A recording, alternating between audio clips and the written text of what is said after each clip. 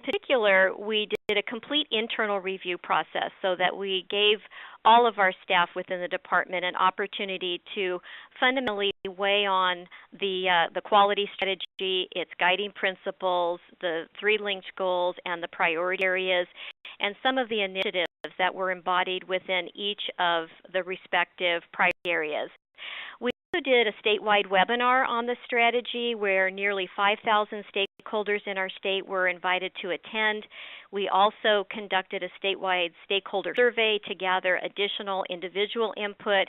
And then we took all of this very rich input that we received throughout our state, analyzed it, and then we revised our summer version of the quality strategy to form the strategy that you'll see in the link at the end of this slide presentation. Simultaneously, we also conducted a baseline assessment of quality improvement. It had several aims. The first being that we wanted to establish a department-wide inventory of quality improvement activities in all major functional areas within our organization, including clinical care, health promotion, disease prevention, and administration. We're also looking to identify quality metrics that were being collected by our department, but were not necessarily linked to quality improvement activities. In other words, we were measuring quality issues, but may not have had an initiative associated with it.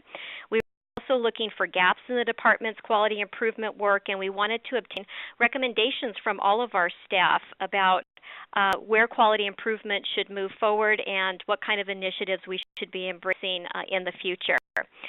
So the news is that we had wonderful cooperation in our department. All of the operational units within our organization responded to the assessment, and half of the units contributed robust quality improvement activities, and the remaining half had no quality improvement to report at that time.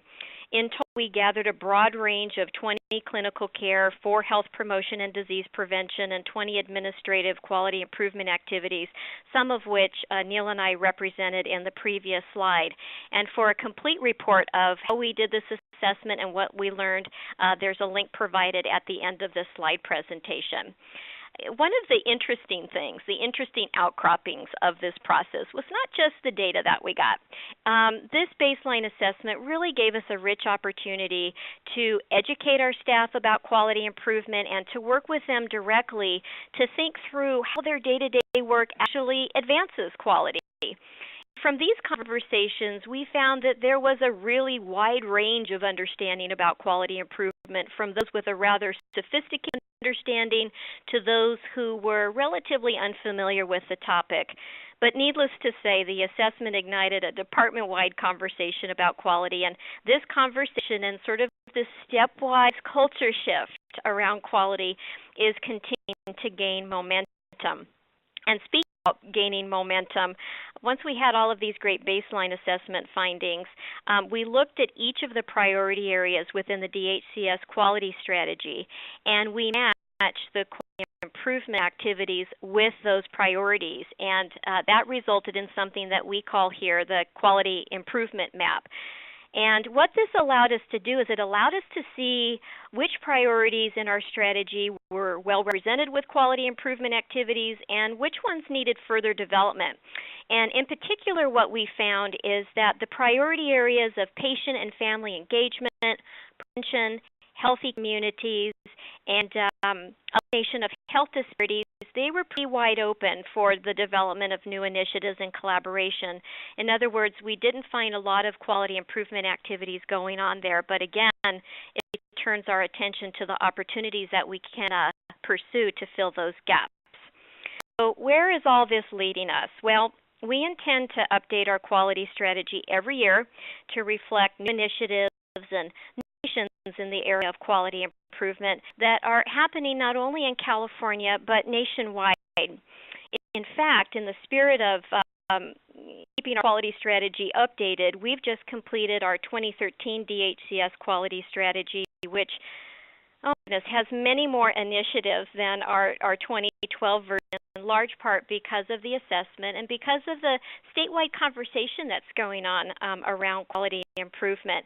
Our plan is to have of the quality strategy released this fall, so please take a look when it's available. I'm now going to turn the conversation over to Neil, and we're going to talk a little bit about some lessons learned over this last year with this work around the quality strategy. Next slide, please. Thank you, Debbie.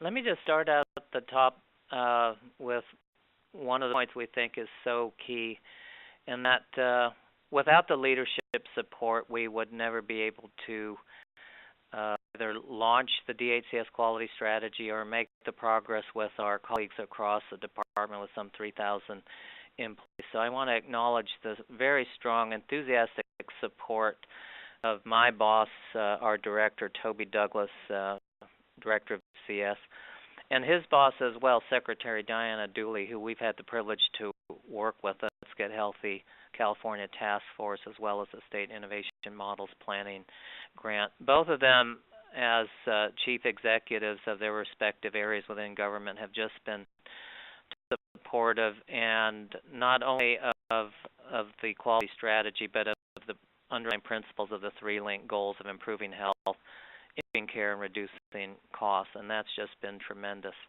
To get into some of the eight of lessons learned, let me turn it back over to Dr. Backman. Desiree? The principle that I think we know and all appreciate was very evident during this process. We learned that involvement leads to commitment. As we mentioned, we've involved our staff and stakeholders throughout every step of the process, and at the national level, that was certainly the case as well. And that obviously can reap very big benefits because, people are involved. Our staff and stakeholders have also seen their feedback in large part reflected in all of the products that we've produced. So it's not just about the process, it's about honoring the input that's provided and having that input reflected strategically in this work. We've also been open to all types of feedback. When you go through a stakeholder input process, you're going to receive criticism as well as compliments, and we were really wholeheartedly open to that full spectrum. And really, at the end of the day, when it comes around to it, our process has demonstrated that it's all about relationships, and that we want to build those relationships on core values of integrity and trust that Neil talked about earlier, as well as a shared commitment to delivering the best healthcare delivery system possible. And we're really quite fortunate in our state that we have strong, wonderful, committed partners in all sectors of the health arena and public health community.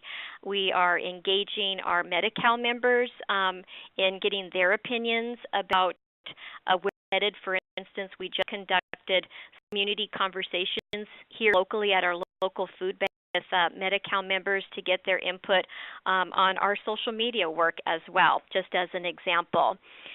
We've also realized that in order to build this culture of quality that we keep talking about, that we really do more to foster a learning organization that's grounded in strong quality improvement principles, because we learned along the way that we have a widespread spectrum of those who understand quality improvement and those who have yet really understand what this is all about and how it pertains to their work.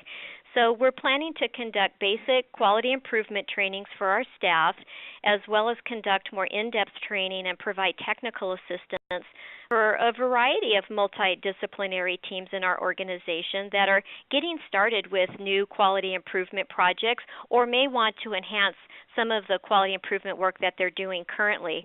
The idea here is to have quality improvement touch every major functional area within our department and to be applied as standard practice or normal practice in our day-to-day work. What I've learned along the way is that we need to do more to establish meaningful quality standards. Certainly, we have our baseline assessment findings, and that provides us with a robust set of quality improvement activities that are very specific. They have specific aims, baseline and target metrics, start and end dates, and defined interventions.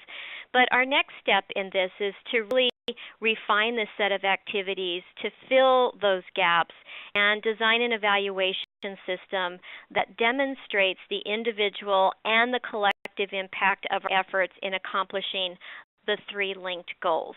And with that in mind, I'm going to turn the conversation back over to Dr. Kohatsu on the topic of evaluation and sort of the vision of where we're going to move forward.